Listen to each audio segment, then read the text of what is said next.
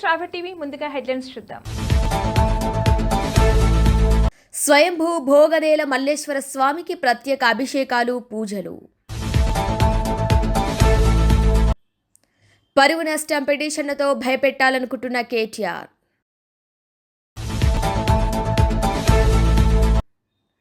AI content క్రియేటర్లకు లైసెన్స్లు. ఆసరా పెన్షన్లపై తాడో పేడో తేల్చుకుంటాం, ప్రభుత్వం మౌనం విడి చేయుత పెన్షన్లు పెంచాలి. పిచ్చికుక్క స్వైర విహారం, పలువురికి గాయాలు.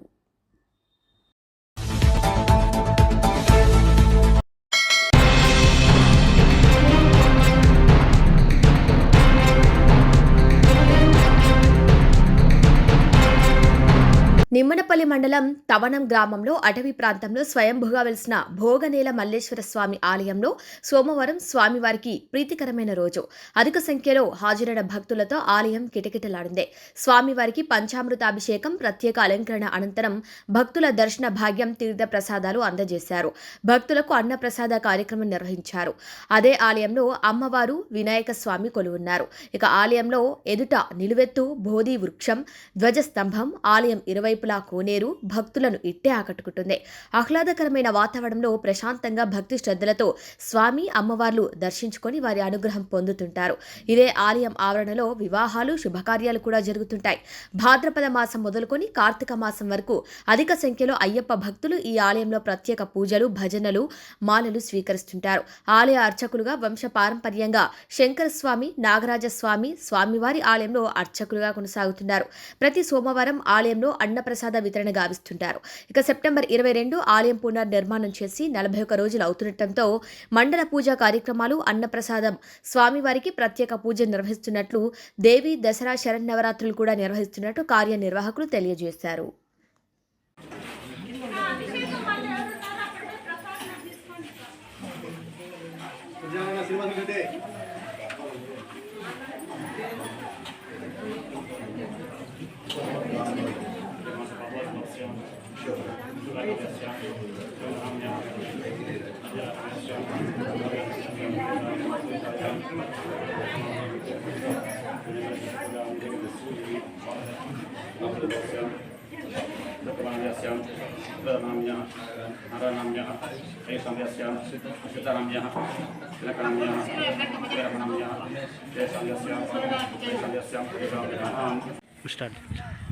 మన తోరం గ్రామంలో శ్రీ యోగ నీలమల్లేశ్వర స్వామి దేవస్థానము. యోగా అంటే భూమి, నీలమల్లేశ్వర స్వామి భూమి చెప్పుంది కాబట్టి శ్రీ యోగ నీలమల్లేశ్వర స్వామి అనే పేరు వచ్చింది. ఈ ప్రసిద్ధి 150 సంవత్సరాల నుంచి మాకు తెలిసి ఉంది. మా తాతగారి నుంచి కూడా ఈ గుడిలో పూజ చేస్తున్నాము. మా తాతగారు, మా తండ్రి గారు, తర్వాత మేము కూడా మా పరంపర చేస్తుంది. ఈ శివాలయము చాలా ప్రసిద్ధంగా ఉంది. ఎవరైనా కూడా కోరికలు కోరుకుంటే కూడా ఆ కోరికలు తప్పకుండా నెరవేరుతున్నాయి. ఎవరైనా కూడా కొంచెం ఆరోగ్యం లేకుండా కూడా, సంతానం లేకుండా కూడా ఏనుగు వచ్చి సేవ చేస్తుంటే తప్పకుండా వాళ్ళ కోరికలు నెరవేరుతున్నాయి.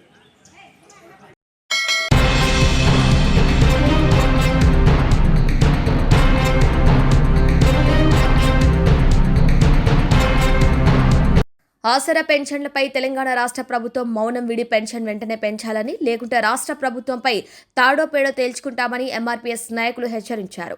ఎంఆర్పీఎస్ వ్యవస్థాపక అధ్యక్షుడు మందకృష్ణ మాదిగ ఆదేశాల మేరకు తెలంగాణ రాష్ట్ర వ్యాప్తంగా తహసీల్దార్ కార్యాలయ ముట్టడిలో భాగంగా జగిత్యాల తహసీల్దార్ కార్యాలయాన్ని ఆసరా పెన్షన్దారులతో కలిసి ముట్టడి కార్యక్రమం చేపట్టారు.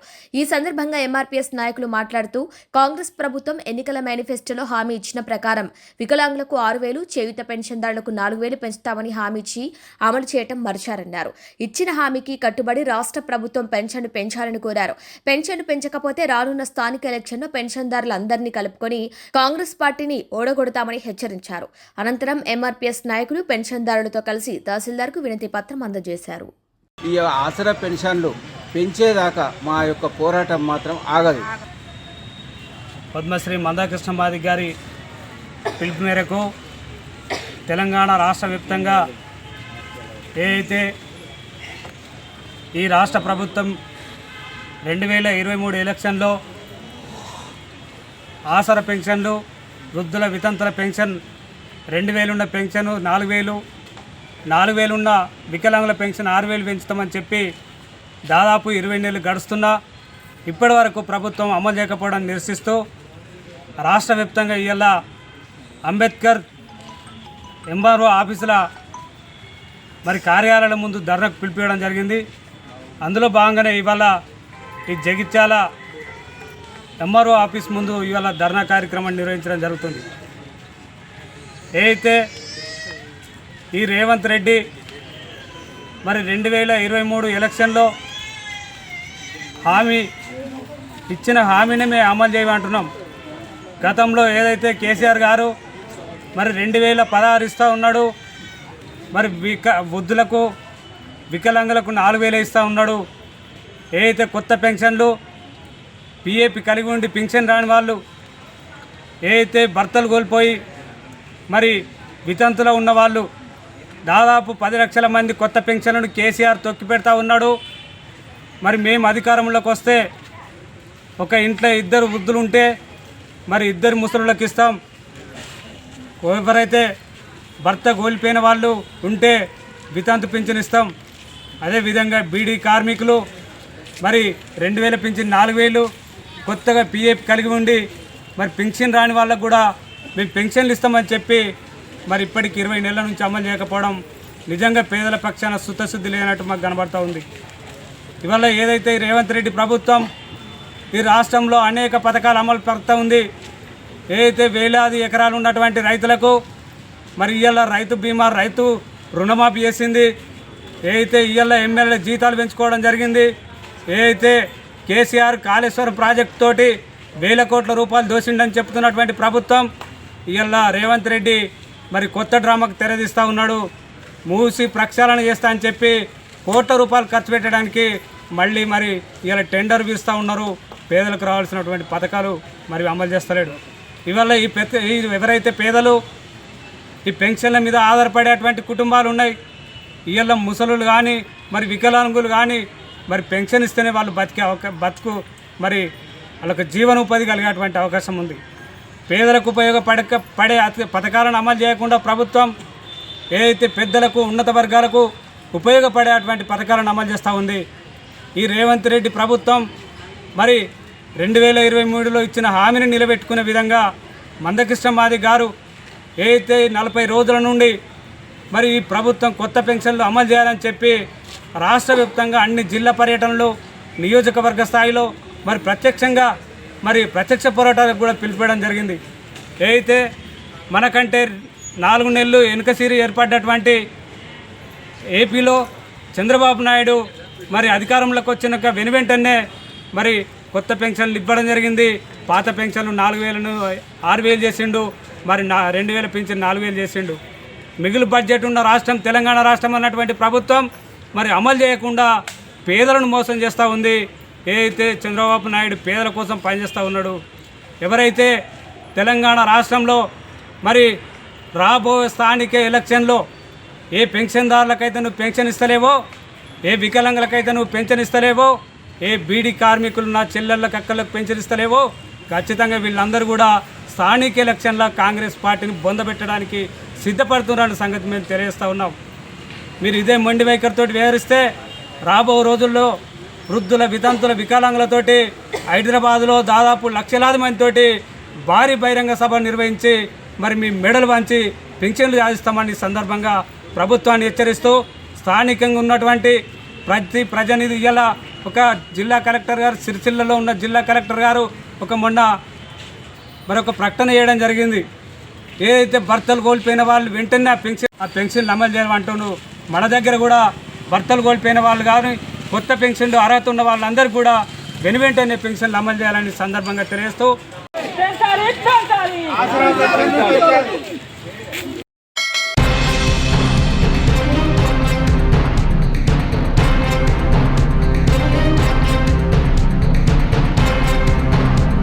రాజకీయాల్లో 100 అనుకుంటారు, ఆరోపణలు చేసుకుంటారు. కేటీఆర్ రేవంత్ రెడ్డిపై, బండి సంజయ్పై ఎన్నో ఆరోపణలు చేశారు. కానీ కేటీఆర్పై ఆరోపణలు చేస్తే మాత్రం ఆయన తట్టుకోవటం లేదు. కోర్టుకెళ్తున్నారు. పరువు పోయిందని క్షమాపణ చెప్పించాలని డిమాండ్ చేస్తున్నారు. గతంలో కూడా కొండా సురేఖ వ్యాఖ్యలపై కోర్టుకు వెళ్లారు. ఇప్పుడు ఆ కేసు నడుస్తోంది. తాజాగా బండి సంజయ్తో పాటు ఆయన మాటల్ని ప్రసారం చేసిన మీడియా, సోషల్ మీడియా అందరినీ కోర్టుకు తీసుకెళ్లారు. సోషల్ మీడియా అందరిపై కోర్టుకెళ్లారు. బహిరంగంగా క్షమాపణలు చెప్పాలని, 10 కోట్ల నష్టపరిహారం ఇవ్వాలని డిమాండ్ చేస్తూ పిటిషన్ వేశారు. పిటిషన్ విచారణ జరిపిన కోర్టు కూడా బండి సంజయ్ 15వ తేదీన విచారణకు హాజరు కావాలని ఆదేశించింది. ఫోన్ ట్యాపింగ్ కేసులో బండి సంజయ్ వాంగ్మూలం ఇచ్చిన రోజు కేటీఆర్పై చాలా ఆరోపణలు చేశారు. వీటిని అన్ని మీడియా సంస్థలు విస్తృతంగా కవర్ చేశాయి. ఇది కేటీఆర్కు కోపం తెప్పించింది. బండి సంజయ్కు లీగల్ నోటీస్ ఇచ్చారు. అసలు తాను కేటీఆర్ అనే మాట ప్రస్తావించలేదని బండి సంజయ్ రిప్లై ఇచ్చారు. కేటీఆర్ ఆ వివరణకు సంతృప్తి చెందలేదు. అందుకే కోర్టులో పిటిషన్ వేశారు. నిజానికి వ్యక్తిగతంగా పరువు నష్టం దాఖలు చేసేంత ఆరోపణ చేసిన కొండా సురేఖ విషయంలో పిటిషన్ వేశారంటే ఓ అర్థం ఉంది. కానీ ఇలా రాజకీయ ఆరోపణలకు పిటిషన్ వేసుకుంటే ఎలా అన్న సందేహాలు రాజకీయ వర్గాలకు వస్తున్నాయి. తాను ఇలా పిటిషన్ను వేయాలనుకుంటే కేటీఆర్ జీవితాంతం బయటకు రారన్న సెటర్లు కూడా బండి సంజయ్ వేశారు. ఇదే మొదటిసారి కాదు. గతంలో రేవంత్ వైట్ ఛాలెంజ్ చేసినప్పటి నుంచి కోర్టులో చాలాసార్లు పిటిషన్ వేసి తనపై ఆరోపణ చేయకుండా ఆదేశాలు కూడా తెచ్చుకున్నారన్నారు.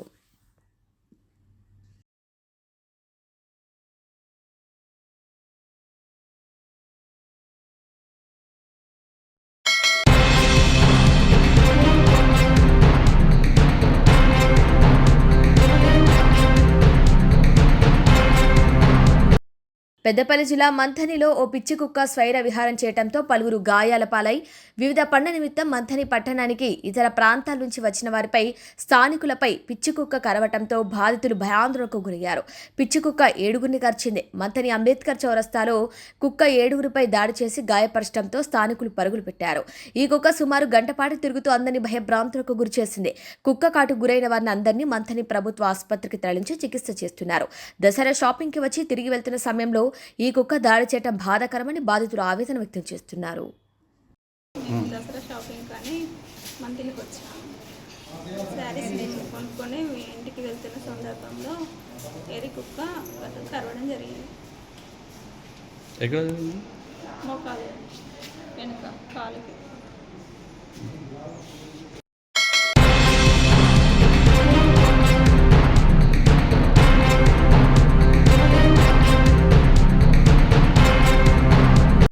వరంగల్ ఎంజీఎం కూడలిలో లారీ బీభత్సం సృష్టించింది. మద్యం మత్తులో డ్రైవర్ దాసు డివైడర్ను ఢీకొట్టి మూసి ఉన్న పాల డైరీ కేంద్రాన్ని ఢీకొట్టింది. ఈ ఘటనలో ప్రాణాపాయం తప్పినప్పటికీ 50,000 మేర ఆస్తి నష్టం మాత్రం జరిగింది. లారీ డివైడర్ ఢీకొట్టడంతో వరంగల్ హన్మకొండ ప్రధాన రహదారిపై పెద్ద సంఖ్యలో వాహనాలు నిలిచిపోయాయి. ఇక సమాచారం తెలుసుకున్న ట్రాఫిక్ పోలీసులు క్రేన్ సహాయంతో రహదారిపై ఉన్న లారీలను తొలగించారు. చంద్రపూర్ నుండి ఆంధ్రప్రదేశ్కు సోయాబీన్ తరలిస్తుండగా ఈ ఘటన చోటు చేసుకున్నట్టుగా తెలుస్తోంది.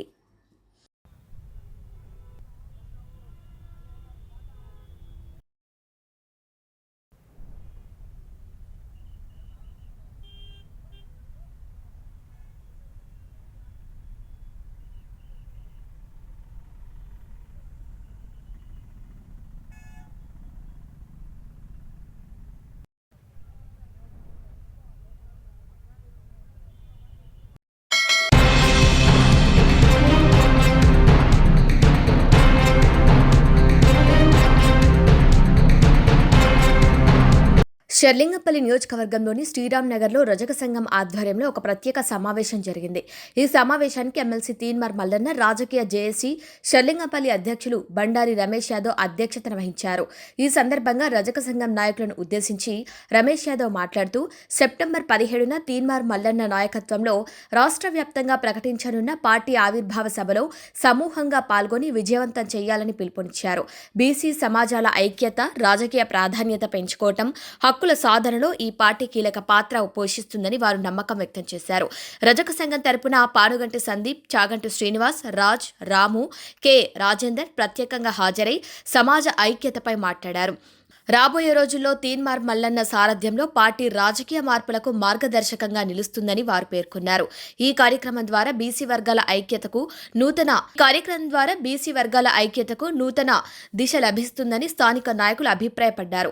ఇక రాబోయే రోజుల్లో షెల్లింగపల్లి ప్రాంతంలో మరిన్ని బీసీ సంఘాలు కూడా ఈ పార్టీతో కలిసే అవకాశం ఉందని చర్చలో పాల్గొన్న వక్తలు అభిప్రాయపడ్డారు. ఈ సమావేశంలో అధ్యక్షులు బండారి రమేష్ యాదవ్, ప్రధాన కార్యదర్శి కృష్ణ, ఉపాధ్యక్షులు నర్సింగ్ ముద్రాజ్, మహిళా కన్వీనర్ లలితారాణి, డివిజన్ అధ్యక్షురాలు విజయలక్ష్మి, రాజు, శ్రీనివాస్, నాగమణి, విజయ, పద్మ, మంగ, స్వరూప, లత, మౌనిక, లలిత, సుజాత, దుర్గా, మౌనిక తదితరులు బీసీ ప్రజలు పాల్గొన్నారు.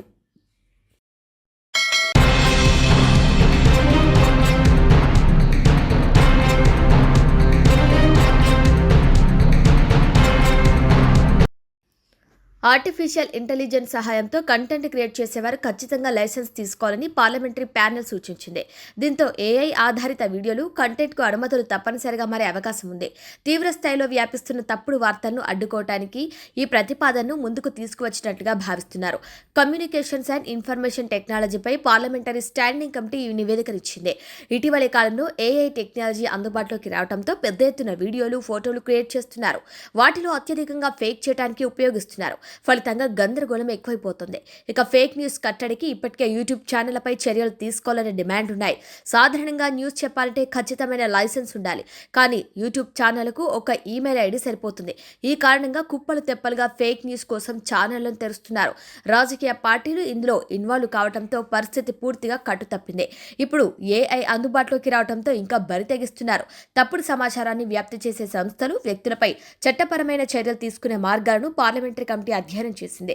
ఈ కమిటీ ఇటీవల తాము ముసాయిదా నివేదికను లోక్సభ స్పీకర్ ఓం బిర్లాకు సమర్పించింది. వచ్చే సీజన్ సమావేశాల్లో దీన్ని పార్లమెంట్లో ప్రవేశపెట్టే అవకాశం కూడా ఉంది.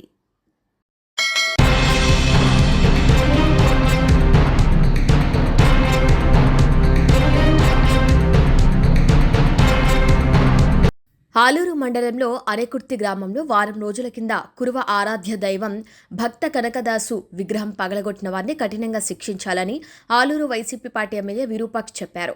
తప్పు చేసిన వాళ్ళకి శిక్ష పడుతుందని ఆలూరు వైసీపీ పార్టీ ఎమ్మెల్యే తన వంతుగా 20,000 రూపాయల భక్త కనకదాసు నూతన విగ్రహం కూర్చోబెట్టడానికి కురువ పెద్దలకు ఇవ్వటం జరిగింది.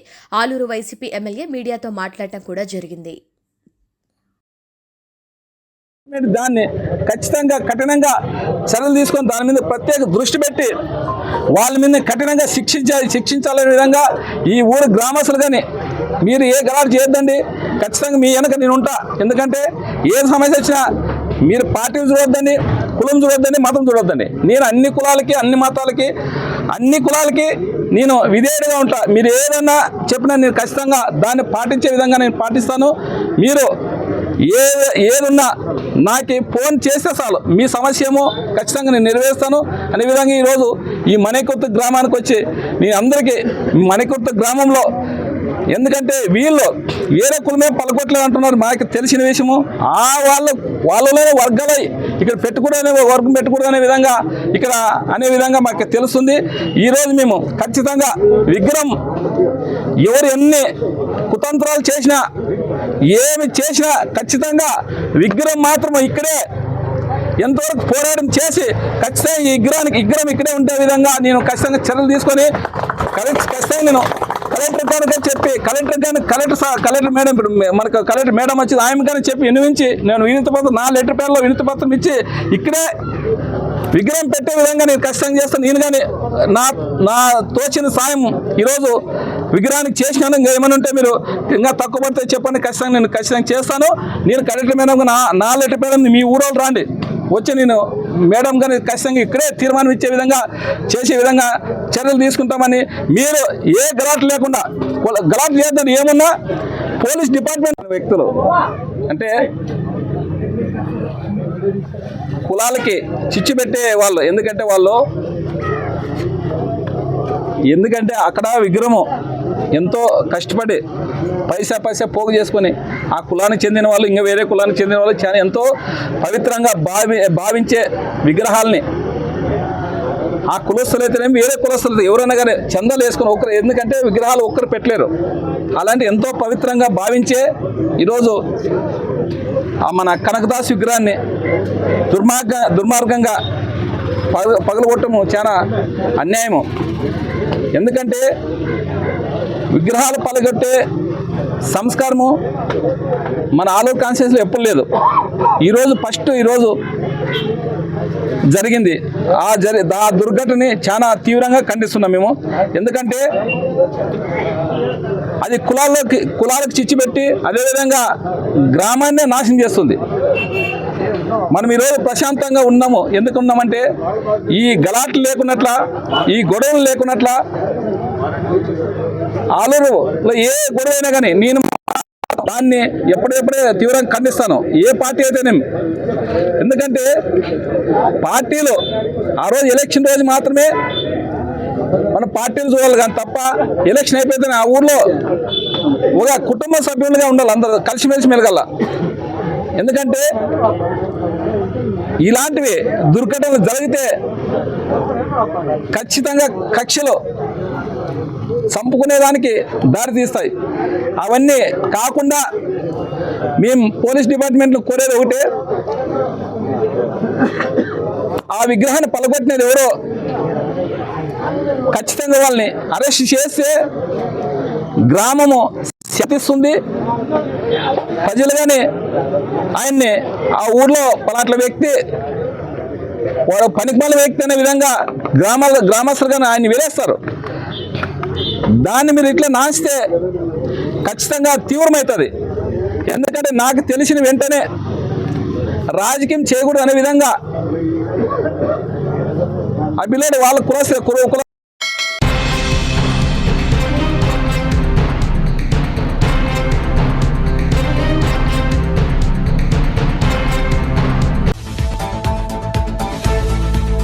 స్వయంభూ భోగనేల మల్లేశ్వర స్వామికి ప్రత్యేక అభిషేకాలు, పూజలు.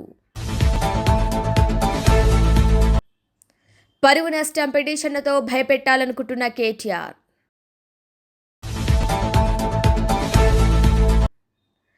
ఏఐ కంటెంట్ క్రియేటర్లకు లైసెన్స్లు. ఆసరా పెన్షన్లపై తాడోపేడో తేల్చుకుంటాం, ప్రభుత్వం మౌనం విడి చేయుత పెన్షన్లు పెంచాలి. పిచ్చికుక్క స్వైర విహారం, పలువురికి గాయాలు. ఇవి వాళ్ళ bulletin updates. Keep watching strawberry TV.